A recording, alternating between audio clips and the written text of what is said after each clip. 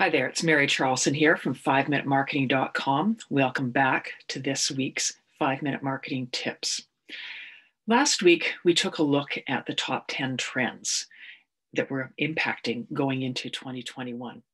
And at the top of the 10 marketing trends was the changes that have happened in the customer journey. So that's what we're going to be doing a deeper dive into during this video. You know, there were so many changes that happened in 2020. It changed the who, what, where, when, why customers buy. And, you know, all of these things were impacted by things like e-commerce, delivery service, omni-channel purchasing cycles, remote work, do it yourself. All of these things started to impact. Anything that could be digitized essentially was disrupted. We had curbside pickup, that became a thing. All of the ways that customers interacted with businesses started to be questioned and challenged. And we're seeing that carry forward into 2021. So the question for you is this: are you still driving down the same old highway? Maybe made a few tweaks in the road, but have your customers tossed major curves at you? And are they looking for you to respond to the changes in their habits? Now, we've got some research. Research has revealed a lot of things that have changed over this last year. Marketing Week did a survey of marketers, and they said over half, 53%, said that the pandemic had caused radical or significant shifts in the customer journey. Only 19% reported really not much change. And the same study found that more changes in the customer journey for the business to consumer than the business to business side of things. That business to consumer had 62% saying there was a radical or a significant change versus 51% of those in the B2B sector. But any way you look at it, over half is still a significant change. Even some of my own research, which I conducted, primary research, back in May and June of 2020, indicated early on that we were facing major shifts. In that research, I found that 73% of respondents had changed products, suppliers, or services with companies that they had been previously loyal to. And 65% of those that were pleased with the alternative that they found were likely or strongly likely to continue into the future. At the time, I found those stats alarming. But what we're starting to see now is the fruition of that. People have changed habits. People have altered the way that they're purchasing and buying. And the question for you is this, is how has that impacted that customer journey? We've seen companies further create opportunities with like a D2C, kind of a direct to consumer or digital to consumer pathways, kind of completely eliminating a lot of the traditional intermediaries. And we're likely to see a whole lot more of that. And so the place to start is validating the customer's journey and looking closely at the pinch points with no assumptions about the way you think the behaviors have changed. Go into it with open eyes, like a customer, and check out each step of the way. I'd suggest that we need to take a look at awareness, interest stage, the consideration stage, evaluation and purchase. What's going on at all of these phases? And then take a look at their actual purchase, the fulfillment, your distribution channel, your delivery, your follow-up, your after-sales service, repeat purchases, how you encourage that, the loyalty, and then of course there's the communication all along the way. And at each of these customer journey steps, we need to start asking some new questions. What is still true? And more importantly, what isn't? What has changed? What could be improved? And in the customer's eyes, that usually means simplified. Can it be simplified, or for that matter, can something be removed? Don't assume there's any sacred cows along in the process. Is your offering still relevant and meaningful? Are you timely and responsive into some of these changing needs? Perhaps even needs that you assumed would be temporary, which over time you may have witnessed becoming permanent. Are the channels and formats that you use for promotion and communications, targeting and distribution, are they still valid? And how does that impact your pricing structure? Is your creative content still meaningful and timely? And for that matter, where you're distributing it, does that still make sense? And at the end of all those questions, ask yourself this: do we need to change the way that we measure success? I realize that's a lot of questions, but really it will help us get at the heart of how that journey may have changed. The other thing is that we have to, as we're moving things, largely a lot of things have moved online, we have to take into consideration the customer that is not as comfortable with that digitized transition.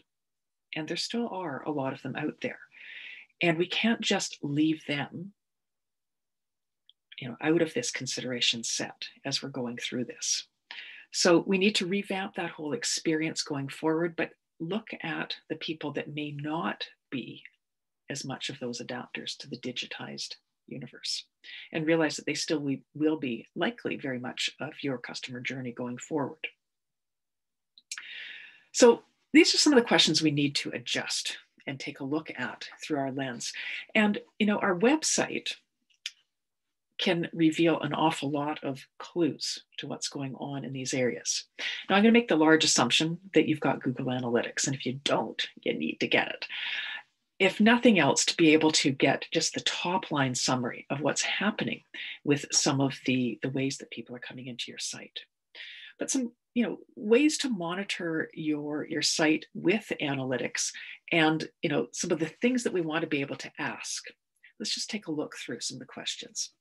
So we want to take a look at our page views. Obviously, we want to take overall traffic to the site and take a look at the numbers. Is it going up? Is it going down? And if you can, take a look at comparative data prior to the pandemic hitting, and then taking a look at it monthly through those time periods. See if you can track some trends in terms of page views, not just the landing page, but other pages throughout your site, and take a look at what ones are increasing.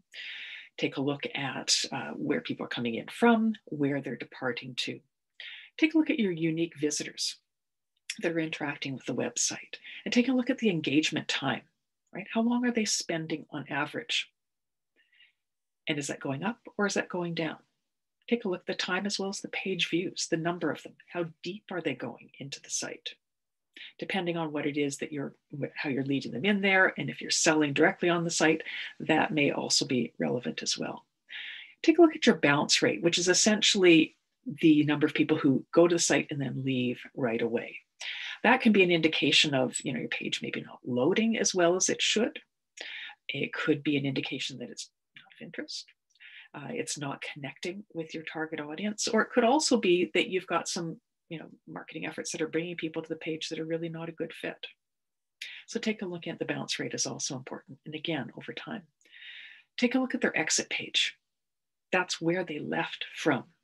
Often that's a really good indication if there's something that's kind of breaking in that know, like, trust or purchase cycle of the journey. Take a look at the referrals, right? Tracking the sites where traffic came in from, and also taking a look at the keywords, right? Keywords used in search, what things are coming up, and then take a look at how you are showing up for those keywords on your site. Also interesting in there is to take a look at the browsers and the devices that they're using. Is it a lot of mobile traffic? Is it desktop? The times of day that people are coming in, the types of browsers. And taking a look and seeing, how your content displays on those. Our time when we're on mobile devices is usually much more fleeting than it is when we're spending time on a larger screen, on a laptop or a desktop. We might want to also take a look at our conversion if we're running ads against things, and see, what's our conversion rate from a visitor to a customer. And of course, then if you are running ads, paid ads, then take a look at the cost per conversion. Now, this is just stuff we can consider on our website. Obviously, we want to be talking to our staff members. They're often the people who are at the customer interaction standpoint, and getting a sense from them what customers are asking about or saying, or monitoring online social conversations through your social channels, your social media, but also taking a look at what your customers are saying on other competing channels, and just taking a look and seeing what they're looking for and evaluating that against some of the things that perhaps you're delivering or their complaints. I always love looking at customer rating sites, but I hate looking at the fives, because the fives are always people who are just like, oh, everything's great. And I hate looking at the ones, because those are kind of like the Simon Cowells of the universe, right? The ones that always go, oh yeah, hate it, that kind of thing.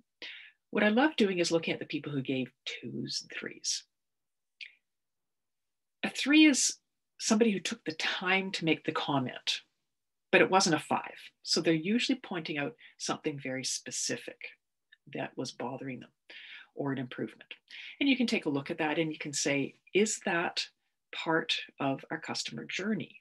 Certainly any complaint I would suggest is likely related to part of the customer journey, but is it something that we could easily improve or change? So these are all things that I think are really, really important as we move forward here. But the key thing is, when we're taking a look at the customer journey in 2021, is to think, what can we do to simplify? What can we do to eliminate pinch points and ultimately remove friction? Always viewed from the customer perspective. Thanks for being here. Hopefully you found these tips useful. If you like what you see and hear here, make sure you subscribe to the YouTube channel, as well as sign up for my e-newsletter on 5minutemarketing.com, where I give this type of useful tips and ideas around marketing to use in your business. Looking forward to seeing you in the next video.